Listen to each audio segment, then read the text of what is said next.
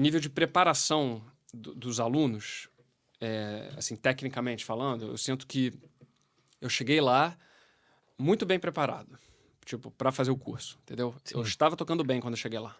Eu não to... Aí eu fui buscar outras coisas, outros estudos, claro, me aprimorar no que eu já fazia, mas expandir um pouco e isso é uma coisa, uma parte da história, mas a outra parte da história, e que é talvez o maior choque mesmo, é você chegar de uma escola de música da UFRJ, que eu amo de paixão, cara, faço até coraçãozinho aqui, ó, escola de música da UFRJ.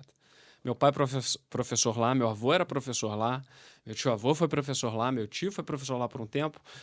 Quem sabe eu serei professor lá? Não sei, talvez sim, talvez não, só o tempo vai dizer.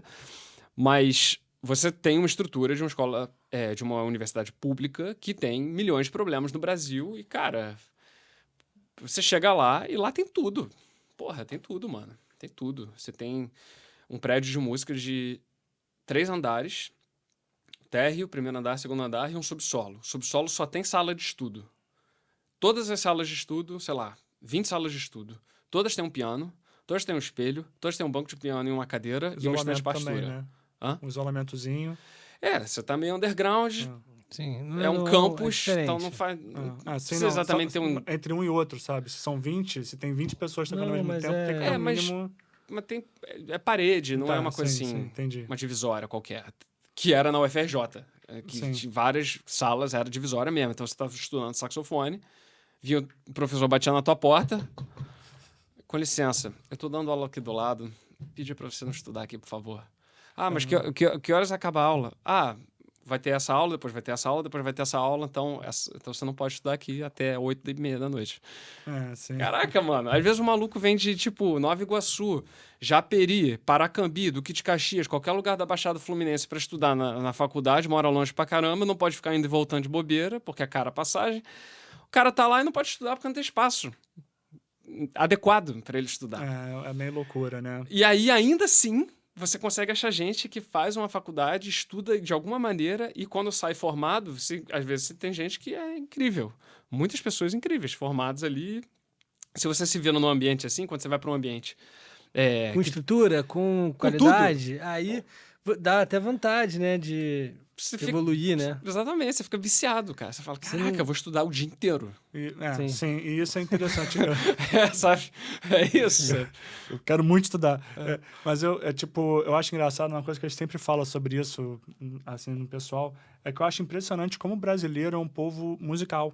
Então, tipo assim, você vê que o brasileiro não perde pra... Tipo, a gente vai lá aos trancos e barrancos, a estrutura é 1000 vezes menor, vários problemas, mas, cara, você vê que daqui saem os músicos. Eu até te perguntar, você sente, tipo, você que tá realmente trabalhando com vários instrumentistas e músicos, eu sinto que no Brasil sai gente muito boa. Com certeza. Tipo, sente realmente Com assim, certeza. que pode Sim. bater com qualquer padrão Com certeza, mundial. com certeza. Você sentia isso lá? Tipo, falava, pô, cara, você falou, você chegou lá bem, mas você sentia que, em termos gerais, eu nem sei nem porquê, eu acho que é o povo musical, eu não sei dizer exatamente o porquê que isso acontece. Mas você sentia isso? Cara, eu vou dizer que, assim, a galera que é top aqui, nível A+, não, é igual em qualquer lugar do mundo, assim. Sim. Tipo, não tem essa. Já transcendeu essa fronteira há muito tempo. Não sei.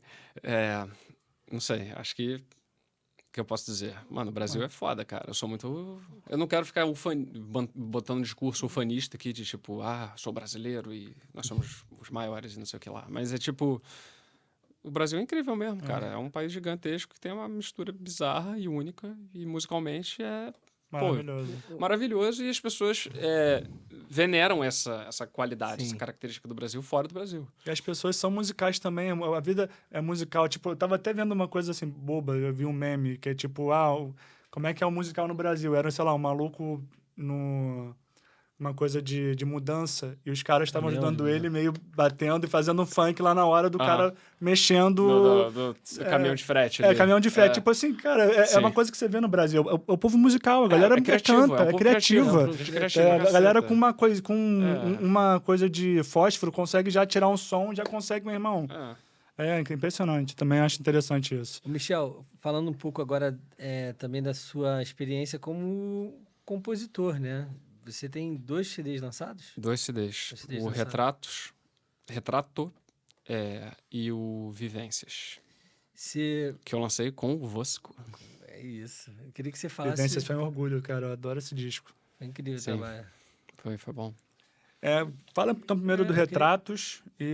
eu queria que você fez nos falasse Estados um Unidos, pouco né? disso. Tipo, quando você teve essa ideia de fazer um álbum, né? Uhum. Você usou composições fez releituras, né? Eu queria que você falasse um pouco, né? Tá. Claro, o primeiro disco, o Retrato, ele foi feito em 2016. Ele foi lançado... Desculpa, ele foi lançado... Errei. Apaga isso. Ele foi lançado em 2015. Ele foi lançado em 2015, o Retrato, quando eu morava nos Estados Unidos. Como é que ele surgiu? Ele aconteceu quando eu já tinha me formado no mestrado, que era a ideia inicial de ficar 2 anos lá nos Estados Unidos e eu ia voltar para o Brasil. Eu ganhei a bolsa, tinha uma pequena renda lá para me sustentar, dava aula na faculdade também como parte da minha bolsa, eu dava aula de conjunto, de música de câmara para os saxofones, na classe de saxofones, quartetos, conjuntos de câmara, e do instrumento, de saxofone, para os alunos da graduação.